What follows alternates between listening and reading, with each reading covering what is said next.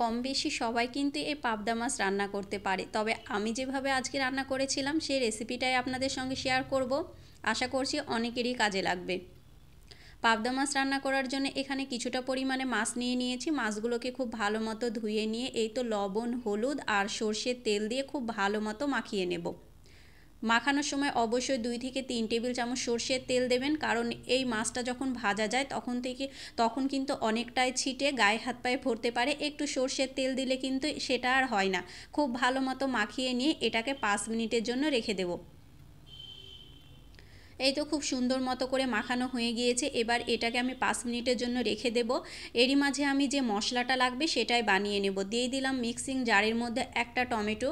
আজকে কিন্তু টমেটো পেঁয়াজ দিয়ে আমি আজকে পাবদা মাছের ঝোলটা করব। একটা দিয়ে দিলাম পেঁয়াজ, আর এখানে 2 থেকে 3 টুকরো দিয়ে দিলাম আদা।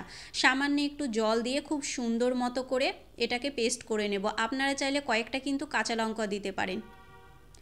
এবার ফ্রাই প্যানে দিয়ে দেব পরিমাণ মতো সর্ষের তেল। অনেকেরই আছে মাছ ভাজার সময় লেগে যায়, তো যখন যে কড়াইয়ে কিংবা এরকম ফ্রাই প্যানে মাছ ভাজবেন তার আগে কিন্তু খুব ভালো মতো গরম করে নেবেন। এরপর তেলটাকেও কিন্তু খুব ভালো মতো গরম করে নিয়ে সামান্য একটু লবণ ছিটিয়ে দেবেন তেলের মধ্যে, তাহলে দেখবেন মাছ কিংবা যে কোনো জিনিস ভাজার সময় একদমই লেগে যাবে না।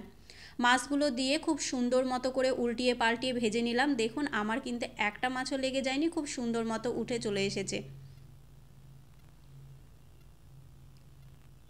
আর এগুলো ভাজার সময় গ্যাসের আঁচটা হাই ফ্লেম করে দিয়ে একদম কড়া মতো করে ভাজেনি। খুব কড়া করে ভাজলে কিন্তু খেতে একদমই ভালো লাগে না। অল্প একটু ভেজে নিয়েছি। মাছগুলো আমার ভেজে নেওয়া হয়ে গিয়েছে, তুলে নিয়েছি। এক এক করে সবগুলো মাছই আমি ভেজে নেব। আর আজকের পাবদা মাছটা একটু মিডিয়াম সাইজের ছিল, বেশি বড় ছিল না। এইদিকে কিন্তু আমার মাছগুলো ভেজে নেওয়া হয়ে গিয়েছে। ওই তেলে আমি দিয়ে দিলাম 1 টেবিল চামচ কালো জিরে। কালো জিরে দিয়ে পাবদা মাছ রান্না করলে কিন্তু খেতে ভীষণ ভালো লাগে। অল্প একটু ভেজে নিলাম। এরপর যে আমি টমেটো পেঁয়াজের মশলাটা বানিয়েছিলাম সেটাই দিয়ে দিলাম। এক এক করে যে যে মশলাগুলো লাগে এবার এক এক করে দিয়ে দেব। দিয়ে দিলাম 1/2 টেবিল চামচ লঙ্কার গুঁড়ো, মানে যেই রকম ঝাল খাবেন আমি সেই রকম দিয়েছিলাম। 1/2 টেবিল চামচ দিয়েছিলাম ধনিয়া গুঁড়ো, আর 1/2 টেবিল চামচ জিরের গুঁড়ো। 1/2 টেবিল চামচ দিয়ে দেব হলুদ, আর টেস্ট অনুযায়ী দিয়ে দেব লবণ।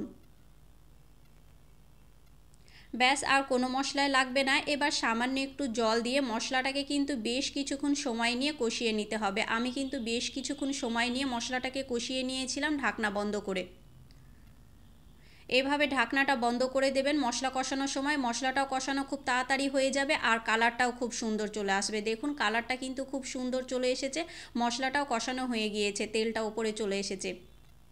এবার দিয়ে দেব পরিমাণ মতো ঝোলের জন্য জল, মানে যতটা ঝোল রাখবেন সেই বুঝে জলটা দিয়ে দেবেন। আমি একটু আজকে যেহেতু ঝোল ঝোল করেছিলাম সেই কারণে জলের পরিমাণ একটু বেশি রেখেছি। এই তো ঝোলটা ফুটে এলে ভেজে রাখা মাছগুলো দিয়ে দেব। এবার 7 থেকে 8 মিনিট গ্যাসের আঁচটা মিডিয়াম ফ্লেমে রান্না করে নিলেই কিন্তু পাবদা মাছের সিম্পল ঝোল একদম রেডি হয়ে যাবে। এভাবে পাবদা মাছের ঝোল করলে কিন্তু খেতে বেশ ভালো লাগে, আবার সর্ষে পাবদাও কিন্তু খেতে বেশ ভালো লাগে।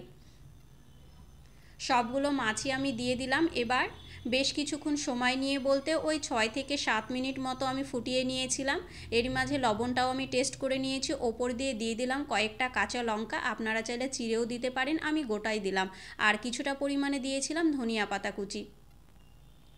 ফুটিয়ে নিয়ে খুব ভালো মতো ফোটানো হয়ে গেলে কিন্তু এই তো নামিয়ে নিয়েছিলাম। এইরকম পাবদা মাছের ঝোল খেতে কিন্তু বেশ ভালো লাগে। কার কার পাবদা মাছের ঝোল খেতে ভালো লাগে অবশ্যই কমেন্ট করে জানাবেন।